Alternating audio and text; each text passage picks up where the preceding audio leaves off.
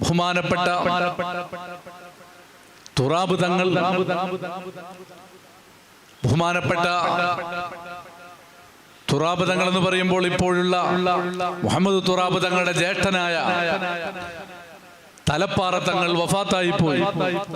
അല്ലാഹു തആല അവിടെ ദർജ വർദ്ധിപ്പിക്കുമാറാകട്ടെ. മഹാനവറുകൾ പറഞ്ഞു, സീം വലിയുള്ളാഹിനെ സിയാറത്ത് ചെയ്യാൻ വേണ്ടി വന്നു. അങ്ങനെ സിയാറത്ത് ചെയ്യാൻ വേണ്ടി വന്നപ്പോൾ മഖാം അടച്ചിട്ടുണ്ട്. ബഹുമാനപ്പെട്ട സയ്യിദ് അവറുകൾ ആ മഖാമിന്റെ അടുത്ത് നിന്ന് മഹാനവറുകൾ ചിന്തിച്ചു, എനിക്ക് ആ മഖാമിൽ നിന്ന് എന്തെങ്കിലും ഒന്ന് ബർക്കത്തിന് വേണ്ടി കിട്ടണം. സി എം വലിയുള്ളാഹിയോട് നേരിട്ട് അങ്ങ് പറഞ്ഞു, ഞാനിവിടെ രാത്രിയാണ് സിയാറത്തിന് വന്നത്, എനിക്ക് ബർക്കത്തിന് വേണ്ടി എന്തെങ്കിലും തരണം. ആ സയ്യിദ് അവറുകൾ പറയുകയാണ്, പെട്ടെന്ന് ഒരാൾ വന്നു, ആ മഖാം തുറന്നു, എന്തോ ആവശ്യത്തിന് വേണ്ടിയാണ്. അദ്ദേഹം ഉള്ളിലേക്ക് പ്രവേശിച്ചു. അവിടെ നിന്ന് ബഹുമാനപ്പെട്ട സി എം വലിയുള്ളാഹിന്റെ മഖാമിൽ നിന്ന് കുറച്ച് പച്ചപ്പട്ടെടുത്ത് എനിക്ക് തരികയുണ്ടായി. ബഹുമാനപ്പെട്ട സി എം വലിയുള്ളാഹിയോട് ഞാൻ ചോദിച്ചതാണ്, സി എം വലിയുള്ളാഹി തന്നെയാണ് അദ്ദേഹത്തെ കൊണ്ട് എനിക്ക് നൽകിപ്പിച്ചത് എന്ന് ബഹുമാനപ്പെട്ട സയ്യിദ് അവറുകൾ ഒരിക്കൽ പറഞ്ഞത് ഞാൻ ഓർക്കുകയാണ്. എത്രയെത്ര അനുഭവങ്ങളാണ് ബഹുമാനപ്പെട്ട സി എം വലിയുള്ളാഹിന്റെ ചാരത്ത് വന്ന് പലർക്കും കിട്ടിയത്. പ്രിയപ്പെട്ട സ്നേഹിതന്മാരെ, ഞാൻ പറഞ്ഞു വന്നത്, സി എം വലിയുള്ളാഹി വഫാത്തായി എന്നതുകൊണ്ട് പ്രയാസപ്പെടേണ്ടതില്ല.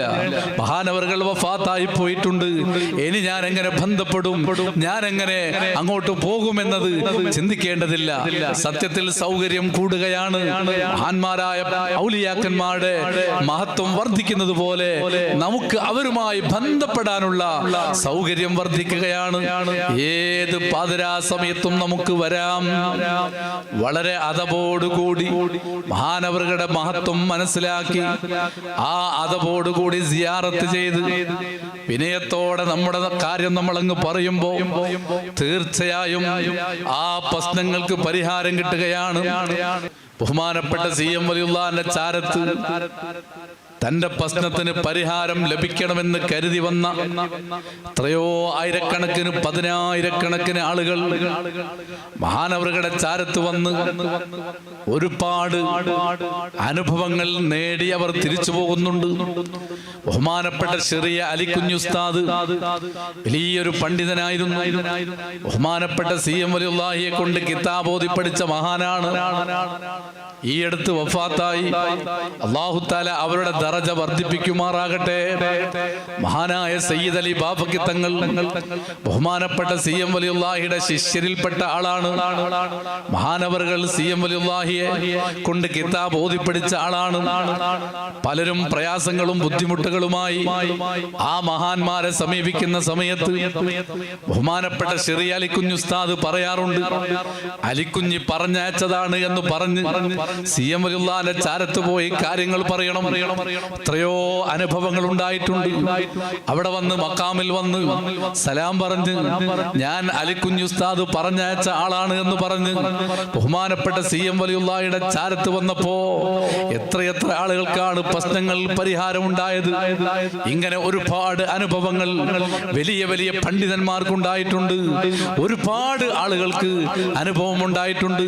ഞാൻ ഓർക്കുന്നു, പയ്യോളി IPC നിൽക്കുന്ന സമയത്ത് ഒരു സഹോദരൻ, പയ്യോളി അങ്ങാടിയുള്ള ഒരു സഹോദരൻ വന്ന്, അദ്ദേഹത്തിന്റെ ഉമ്മക്ക് ക്യാൻസർ ആണ്, വളരെ പ്രയാസമുള്ള ഘട്ടമാണ്, നാളെ ആശുപത്രിയിലേക്ക് പോകേണ്ടതാണ്, പരിശോധനകൾ ചിലതൊക്കെ കഴിഞ്ഞു, വളരെ പ്രയാസകരമായ അവസ്ഥയിൽ എത്തിയിട്ടുണ്ട് എന്ന് പറഞ്ഞ് സങ്കടപ്പെട്ട് വന്ന് പറഞ്ഞു. അദ്ദേഹത്തോട് പരിഹാരം എന്താണ് പറയേണ്ടത്? ഞാൻ പറഞ്ഞു, നമുക്ക് മടവൂരിൽ പോകാം, സി എം വലിയുള്ളാഹിന്റെ ചാരത്ത് പോയി നമുക്ക് ദുആ ചെയ്യാം, ബഹുമാനപ്പെട്ടവരോട് പറയാം. ആ സഹോദരിക്ക് കുറെ ആൺമക്കളുണ്ട്. അവരെല്ലാവരും, ഒരാള് ഗൾഫിലാണ്, ബാക്കിയുള്ളവരെല്ലാം ആ രാത്രി തന്നെ ഇവിടെ വന്നു. അവർ വന്നതിന് ശേഷമാണ് ഞാൻ മക്കാമിലേക്ക് വന്നത്. അവരവിടെ കൂടിയിരുന്ന് മഹാനായ CM വലിയുള്ളാന്റെ പേരിൽ യാസീൻ ഓതി, കുറെ ഖുർആൻ ഓതി. അവസാനം ഞങ്ങൾ ഒന്നിച്ച് അവിടെ വെച്ച് ദുആ ചെയ്തു. പൊട്ടിക്കരഞ്ഞുകൊണ്ടാണ് മക്കൾ ദുആ ചെയ്യുന്നത്. ബഹുമാനപ്പെട്ട CM വലിയുള്ളാഹിയോട് വിഷയം പറഞ്ഞു. പിറ്റേന്ന് ആശുപത്രിയിൽ പോയി പരിശോധനകൾ വീണ്ടും നടത്തിയപ്പോ ആ ഉമ്മക്ക് പ്രയാസമില്ല. പിന്നീട് ഒരുപാട് കാലം ഉമ്മ ജീവിച്ചിട്ടുണ്ടായിരുന്നു. ഈ അടുത്താണ് ഉമ്മ മരിച്ചത്. എത്രയെത്ര ആളുകളാണ് ഇങ്ങനെ മഹാനവറുകളുടെ ചാരത്ത് വന്ന് പ്രയാസങ്ങൾ വന്ന് പറയുമ്പോ അനുഭവമുള്ള ഒരുപാട് ആളുകളുണ്ട്. ഇവിടെ സിയാറത്തിന് വന്ന് കഴിഞ്ഞ് തിരിച്ചു പോകുന്ന ചില ആളുകൾ ഓരോ ഭാഗത്ത് വെച്ച് സംസാരിച്ചു കൊണ്ടിരിക്കുമ്പോ അവർക്ക് പറയാനുള്ളത് കഴിഞ്ഞ ദിവസങ്ങളിലെ അനുഭവമാണ്. വളരെ ഭക്തിയോടുകൂടി എന്റെ പ്രശ്നത്തിന് പരിഹാരമുണ്ട് എന്ന നീയത്തോടുകൂടി ഇവിടെ വന്ന് കാഴ്ചക്കാരാകാതെ, പരിസരങ്ങൾ ശ്രദ്ധിക്കാതെ, ചുറ്റുപാടുകൾ നോക്കാതെ ബഹുമാനപ്പെട്ട CM വലിയുള്ളാന്റെ ഉമ്മ ആ ഉമ്മയുടെ ചാരത്ത് പോയി ഒരു ഫാത്തിഹ ഓതി. നേരെ അങ്ങോട്ട് കയറിയാൽ അവിടുത്തെ സഹോദരിയാണ്, അപ്പുറത്തേക്ക് പോയാൽ സഹോദരനാണ്, പള്ളിയുടെ ഉള്ളിലേക്ക് പോയാൽ വല്യുപ്പയാണ്, പുറത്ത് വന്നാൽ തന്റെ ഉപ്പയാണ്. അവർക്കൊക്കെ ഫാത്തിഹ ഓതി അവിടെ ചാരത്തൊക്കെ സിയാറത്ത് ചെയ്ത് ബഹുമാനപ്പെട്ട CM വലിയുള്ളാന്റെ ചാരത്തേക്ക് അങ്ങ് ചെന്ന് ഫാത്തിഹ ഓതി, യാസീൻ ഓതി, ബഹുമാനപ്പെട്ടവർക്ക് ഹദിയ ചെയ്ത് മഹാനവറുകളോട് താൻ വന്ന കാര്യം അങ്ങ് പറഞ്ഞാൽ ഔലിയാക്കന്മാരെ സംബന്ധിച്ചിടത്തോളം പറയേണ്ടതില്ല. എന്നാലും അങ്ങ് പറഞ്ഞാൽ പ്രിയപ്പെട്ട സഹോദരന്മാരെ, തന്റെ വിഷയങ്ങൾ വ്യക്തമായി അവിടെ നിന്ന് പറയുക. ആ സമയത്ത് CM വലിയുള്ളാന്റെ സമീപനം എന്താണ്? ജീവിതകാലത്ത് മഹാന്മാരായ ആളുകൾ എങ്ങനെയാണോ പെരുമാറുന്നത് അതുപോലെയാണ് വഫാത്തിന് ശേഷവും ഔലിയാക്കന്മാരുടെ പെരുമാറ്റം. ബഹുമാനപ്പെട്ട CM വലിയുള്ളാന്റെ ചാരത്തങ്ങ് വരികയാണ്.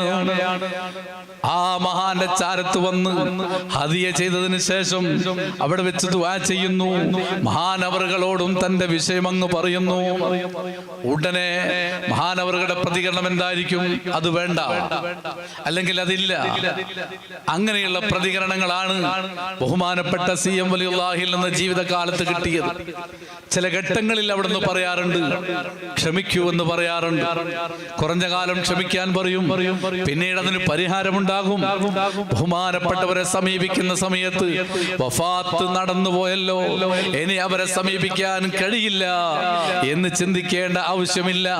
മഹാനവറുകളുടെ ചാരത്ത് വന്ന് മഹാനായ CM വലിയുള്ളാഹിയോട് തന്റെ കാര്യം പറയുമ്പോ പ്രശ്നങ്ങൾക്ക് പരിഹാരം കിട്ടിയ ആലിമീങ്ങൾ ധാരാളമുണ്ട്, അതുപോലെ ഉമറാക്കൾ ധാരാളമുണ്ട്, സാധാരണക്കാർ ധാരാളമുണ്ട്, വലിയ വലിയ സദാത്തുക്കൾ വരെ ബഹുമാനപ്പെട്ട CM വലിയുള്ളാന്റെ ചാരത്ത് വരികയാണ്.